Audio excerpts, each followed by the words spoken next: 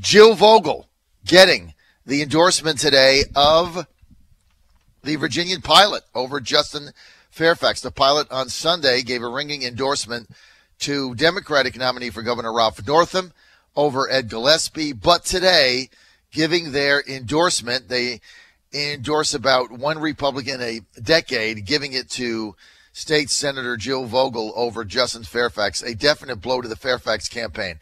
Joining us now to sort all this out, longtime Democratic guru and consultant, Ben Tribbett. Ben, good to have you, man. Good morning, John. Okay, let's break this down. Governor's race. Ralph Northam, in the most recent polls, Ben, seems to be getting a little distance between himself and Ed Gillespie. What do you see at the top here? Well, let's break them all down together, John, because this is not an environment that is having individual races decide their outcomes. This is an environment that is being driven by what's happening nationally. The end of all three Republican statewide campaigns was yesterday with those indictments. That is absolutely insurmountable in Virginia for Republican candidates. It's going to depress Republican turnout. It's going to increase Democratic turnout. It means you take all bets off the board of where you would have put the House of Delegates 2 or 3 days ago, and add some seats to whatever you thought was going to happen for the Democrats. It's a different world this morning than it was before those indictments, because you have a sitting Republican president that is quickly becoming more and more in peril of his administration, and this is not going to make Republicans want to show up and vote next Tuesday. So, you know, the reality is the whole world changed yesterday, and these individual campaigns really don't matter that much anymore. Well, Ben, let's look at this, though. The indictments that were handed down yesterday against Paul Manafort and Rick Gates, Republican operatives, really had nothing to do with President Trump, Trump's campaign, collusion. I mean, these guys, allegedly, the government says they were laundering money, evading taxes long before they ever joined the Trump campaign, and it had nothing to do with them. So how does that affect anything? I mean, well, first of all, according to the government, just took what you were saying as correct, and I'm not agreeing with that, John, but if we said that was correct, it's really more about the perception of the public of these are people associated with the president than it is about whether or not it was particularly on the campaign or not that's going to affect this election. That having been said, I don't agree with your premise at all. And I think the fact that the special counsel released a sealed indictment that he had on the books for the last 3.5 weeks on the same day, I think was sending a very loud signal that those things are related. I would also point out to you, John, that if you look at the court records in Alexandria, there are 6 other cases that are numbered from the time that Paul Manafort was indicted in between the indictment that happened 3 weeks ago that had just been unsealed yesterday that are all also sealed. So there are at least 6 other people that are under sealed indictment at that courthouse in the same time frame that have not been announced yet, likely all people that are sealed because they have pled guilty to something and probably are turning. I would not be surprised if there may even be a couple of Democrats on that list, because I think this Russia influence and lobbyist pushing foreign governments in Washington is something that has gone on for far too long, where some of these mega lobbyists try to avoid reporting the actual foreign governments that they are lobbying for and keep it secret. That is illegal. And I think you're going to see other people, other big names get hit with indictments that come from the special counsel. And before we even get into how close to the president special counsel Robert Mueller does, I got to give him credit here. If all the special counsel's office does at the end of the day is clean up this crap that's been going on with people lobbying for foreign governments and trying to keep it secret, which is illegal, then good for him.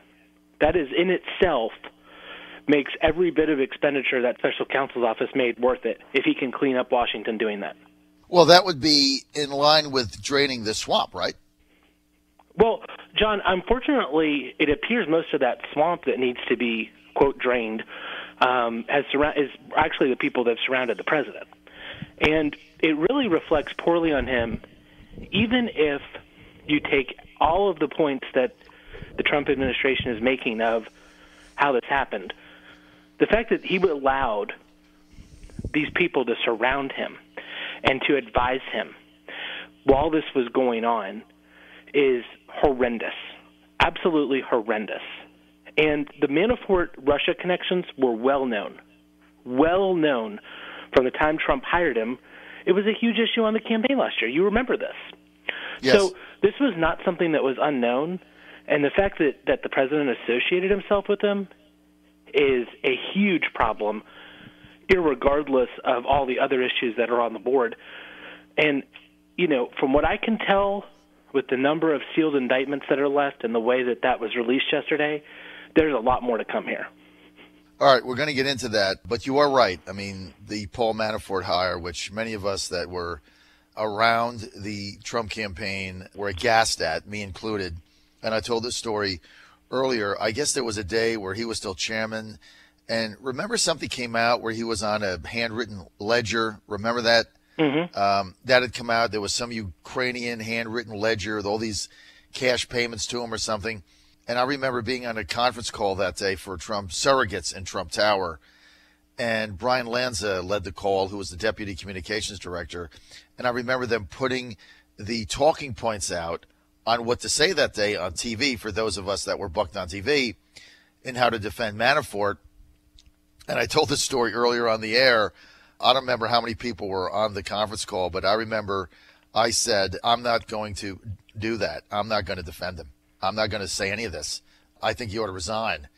And they told me to cancel my appearance with CNN. And look, I was, a team player. I said, fine, but I'm not saying any of this stuff because it's not true. Mm-hmm. So, yeah, I mean, it was out there. There was no question. And the guy was it was just getting him into the campaign was a bad idea. And he brought Rick Gates, who brought all of his friends, and it was all bad. So my contention is none of these indictments that came out have anything to do right now with President Trump. These are just bad guys doing bad stuff that he made a bad hiring decision, and he got rid of the guy in August when some of this came out. So why do you think the Trump voters, or why do you think Republicans are going to stay home in a week in Virginia? I think that having indictments popping up around people very close to the president of the United States when he's a Republican president is going to depress Republican turnout, period. Now, I think that in terms of whether or not these indictments have, any salience to the president right now, I mean, that's something that obviously is going to be widely debated. I disagree with your assessment on that in the respect that it appears to me that the special counsel has charged these crimes as a way of getting information from the people who are charged on others rather than him only going after these crimes. That's how it appears to me. So I think that we're just beginning this process. I think that special counsel has probably uncovered evidence that these individuals have further information that he wants or needs. And this is how prosecutors split people to testify for what they want to find out. And I think we're just getting started here.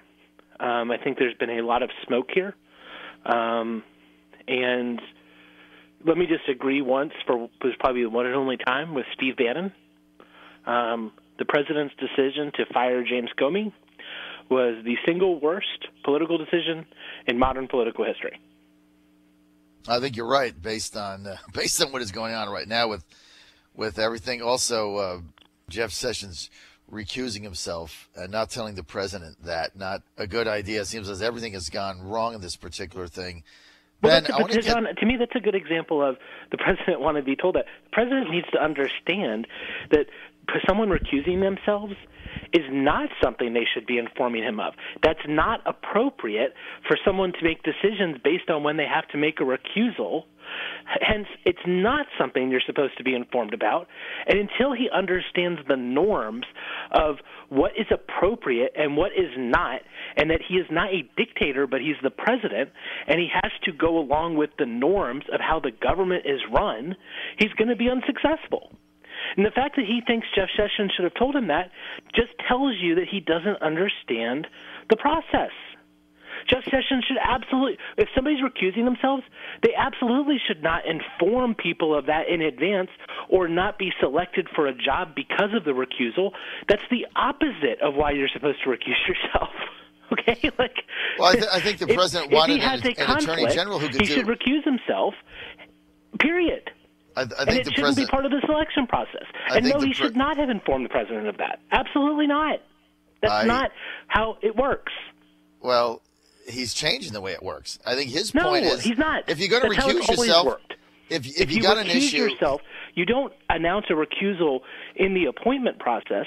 You announce a recusal after the appointment process, and it is recused down one level from you. Okay, well, then the mistake he made is he should have fired Jeff Sessions within 1 minute of his recusal and then nominated someone else. Well, if you fire people after they recuse themselves, then it shows that you're trying to cover up a crime. No, it shows that you want an attorney general. Because that's not normal. People are allowed to recuse themselves. That's why recusal exists. You want an attorney general that is going to fight for your agenda, not somebody that weasels out the way Jeff Sessions did. Fighting for your agenda I want to get you back. Is very, very different than fighting the appointment of a special counsel to investigate you. That's not the same thing. So I want to get you back for a second segment. It is not segment. fighting against his agenda to appoint a special counsel when the law requires it. That's why there's a special counsel, because the president behaved in ways that the law required a special counsel to be appointed. Okay, Ben, we're going to get back to the national scene in a minute because I got some text. People want to ask you some stuff, but I want to focus for a second on the Latino Victory Project ad that has been running on TV, which a lot of people find to be despicable, which basically, if you haven't seen it, it's put out and paid for by the Latino Victory Project, LVP. And that is an ad showing white guys in a black truck with a Confederate flag on the back, an Ed Gillespie sticker on the back, and a Tea Party license plate, basically chasing down Latino teenagers in order to do something bad to them, maim them or something worse. And then they wake up, and then there's they take a clip from the Tiki Torch neo-Nazi thing that went on in Charlottesville, and then they wake up from this nightmare that I guess would be bestowed upon them if Ed Gillespie gets elected a governor or any other Republicans win. The Northam campaign not disavowing the ad, although it's not part of them. It's from the Independent Political Action Committee. They can do what they please. But normally, if a campaign is unhappy with a PAC ad, they go publicly and say, we disavow it. Please make it go away. But they can't do that. They can't pick up the phone. That's illegal. Ben, I mean, isn't that ad over the top? Yeah. I mean, and I would just say, John, I mean, I've actually had some criticisms for the Latino Victory Project earlier in the cycle. They announced their endorsements, and there's this game that keeps going on in Richmond. I just can't figure it out other than it's one sort of legislator being obnoxious. But, you know, Alfonso Lopez keeps claiming to be the first ever elected Latino Democrat, which he knows is false. And the Latino Victory Project seems to be promoting him as that, and they know it's false. And, you know, I called him out on that earlier this year on Twitter. I don't know who's in charge of that group that is allowing that to happen under their name, but they know that's false. They continue to make the claim. It's, you know, and I think this I don't agree with the ad that came out either. Why hasn't the Ralph Northam campaign condemned it publicly? I think it's a good question. I don't know. You know, I've seen some legislators condemning it, and I have a feeling that if somebody interviews Ralph directly, that he may have a different take than his campaign does. I'd be surprised if he said that that was okay with him. I mean, I understand the point of the ad. The point of it is not that someone is being chased down by a truck. It's that it's a nightmare situation, and they're trying to illustrate a nightmare. That having been said, in the way that they did it, it was not appropriate, and I don't think it was helpful. All right, so you think the ad is despicable. All right, I got a couple of text questions here. Pamela in Virginia Beach says, would you ask Ben, I want to know why he knows they have 6 more indictments and who is leaking. Are Republicans on this list? Sure, I can answer that question. So I don't know who's being indicted. We don't even know for sure that it's directly related to these cases. What we do know is whenever an indictment is filed in federal court, it's assigned a case number. And those case numbers are chronological to when they are assigned. Now, sometimes when indictments are filed, they are what's called sealed, which is you can't see what the indictment is. The pronounce his name right for me, John. Papadopoulos. His indictment had come out actually 3.5 weeks ago and was sealed until yesterday when the special counsel announced what it was. In between the time in which he was indicted and the indictments yesterday, there are 6 case numbers in federal court in Alexandria that are also sealed. And that's what people are looking at to wonder who these 6 are. So they could be unrelated, but chances are they are related. Chances are they're related based on the case numbers and based on the fact that, the reasons you would seal an indictment are limited. Right. And, there's a very good chance that all or most of those are related. So it's just something that's publicly available information. It's not something that's being leaked. You're on the John Fredericks Radio Network. We're chatting with Ben Tribbett. Ben is a noted longtime Democratic guru and consultant in Washington, D.C. and Virginia. So, Ben, let's get to the Virginia pilot. They endorsed Joe Vogel. Regardless of the indictments, I'm predicting Vogel's going to win. Tell me I'm wrong. I think that the lieutenant governor's race was the one that was the most interesting before the indictments. Mm-hmm. It probably will still be the closest of the 3 on Election Day. But I do think that the Democrats will win all 3 offices. Yeah, but you've been saying that for the whole time. It's just not like you're saying it now, like you were saying they were not going to win. I mean, the first time I had you on all the way back 12 months ago, you said if you look at the trend, the Democrats were going to win everything and win big. So really your predictions have not changed at all, right? I mean, it's still the same. I would say that over the course of the campaign, as it was getting, more competitive, I think when we were on the last time, I said that the lieutenant governor's race was one that I wasn't ready to predict yet. I do think that Ed Gillespie and Jill Vogel have had good campaigns. I think in respect of what they're doing, I think that they both have actually given themselves a better chance to win than I would have given them at the start of the cycle. But there's just times where the environment is too much to overcome. And I would also say that, particularly when we talk about Ralph Northam's campaign, I think sometimes in the analysis when we're talking about how good the environment is, it diminishes the work that they've put in. I think they've had a good campaign also. And I think particularly on the field side, they've gotten a lot of stuff done. And I think that they deserve a lot of credit for having run a good operation that's going to get them elected governor. So you don't think Ed's going to win? No. I think it's trending away now. I think the margin's going to grow as we get closer to Election Day. And the question now sort of for Republicans is how many delegates can they save? They're going to keep the majority, but it is going to be diminished. And there are some magic numbers in there for the Democrats. For example, if the Democrats take 4 seats, they'll pick up a committee seat on every committee. If they take 8 seats, they'll pick up 2 committee seats. So those are sort of the magic numbers to watch out for of what would be substantial changes in Richmond. All right, so let's go through some of the races. You make a prediction, all right? Ready to go? Okay. We're going to do this real fast. We're with Ben Tribbett. You're on the John Fredericks Radio Network. Ben knows all these races. and we're going to make predictions together. We're going to start in Northern Virginia, House District 32. Ben, and I know you know these like the back of your hand. You've been covering them forever. House District 32, Tag Greason versus Reed. I think at this moment I'm going to go with David Reed because of the environment. But that's a district that's so full of independents in Loudoun County that's what Tag has thrived on before. And, it's not a race that I think is easy to call at the legislative level. It's certainly one that will go for the entire Democratic ticket up ballot. But in the past, Tag has won re-election even while they're voting for the entire Democratic ticket. So you're saying Reed? Yeah, I'm going to say Reed. I mean, John, part of, I'm always a little hesitant on some of the closest of the House races to predict a winner, only because when we talk about House races, close races oftentimes mean 50, 100, 200 votes. So let's be honest, we're really flipping a coin here.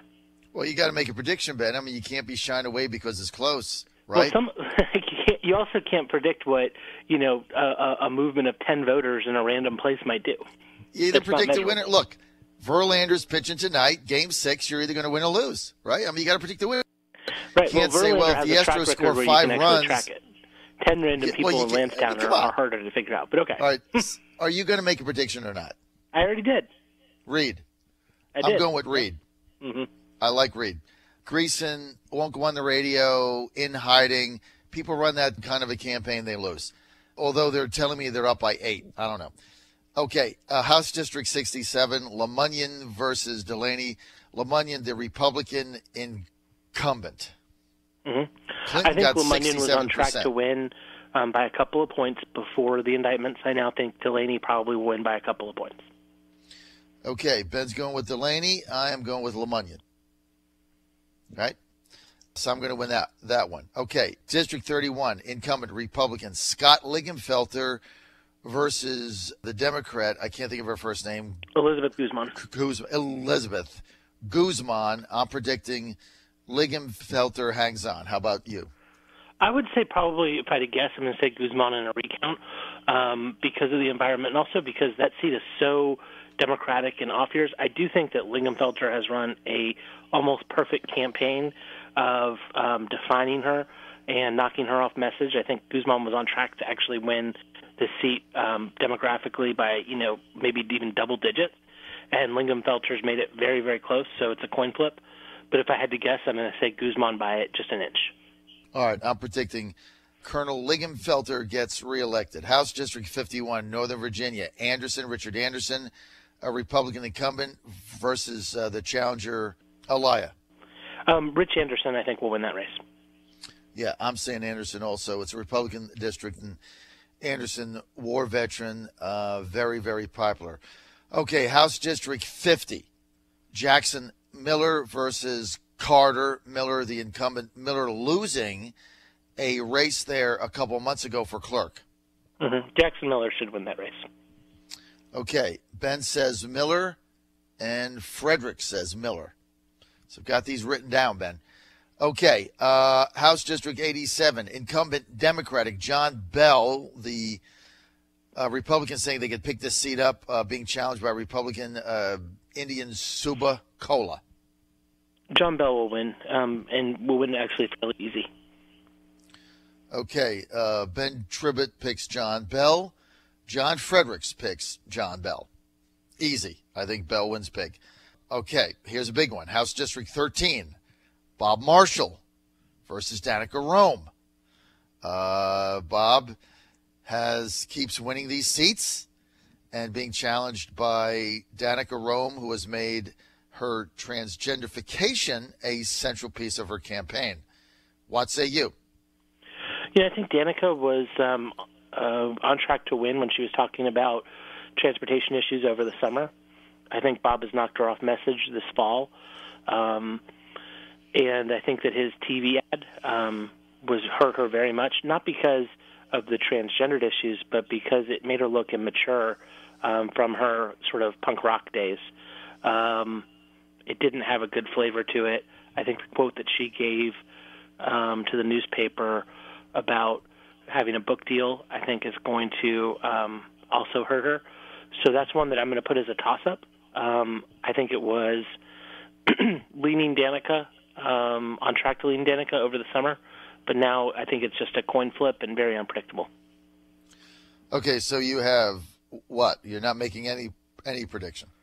No prediction? I don't think that's one that is predictable, but I'm going with Marshall. Okay, so the two Republican seats that I think both of us think the Democrats are going to win. Mike Dudenheffer retiring. The Democrats are going to win that seat. Dave Albo in Fairfax, he's retiring. The Dems are going to win that, right? Yep, absolutely. Okay, so we got two Dems there. Let's go to Virginia Beach area. In Virginia Beach, Rocky Holcomb, not the best candidate you'd ever meet in your life. He won a special election. He's a deputy sheriff being challenged by Cheryl Turpin. Turpin's raised a lot of money. This is the second campaign she's had. She's knocked on a lot of doors. Who do you predict in that race? I think this one's another one that's very competitive. You know, the special Rocky won by just a little bit, and now you're going to have a higher general election turnout. To me, John, this is dependent on the governor's race. I would have said I think Rocky will narrowly hang on a couple weeks ago. Now, because of what's going on nationally, I think Northam's victory in that district is going to expand. And if I had to guess, I would say that Cheryl Turpin has a very good chance of eking this out. Okay, are you going to make a prediction? I just did. All right, Cheryl Turpin. I think Holcomb is probably one of the weakest candidates the Republicans have in the entire state, but it's such a Republican district, and he's going to win based on the fact that Sheriff Stolley is running for re-election, and the Stolley machine is going to get their people out in Virginia Beach, and they're going to go for Rocky. Other than that, he would not survive because he is a dreadful candidate, no question. But I got Holcomb winning that one. Okay, Villanueva. Ron Villanueva, Republican, District 21, also at the beach in Chesapeake. The Democrats saying they can pick that seat up. He's the transportation chairman. I think Villanueva wins handily. What about you? I think it actually will be tighter, but I do think that Villanueva will probably win.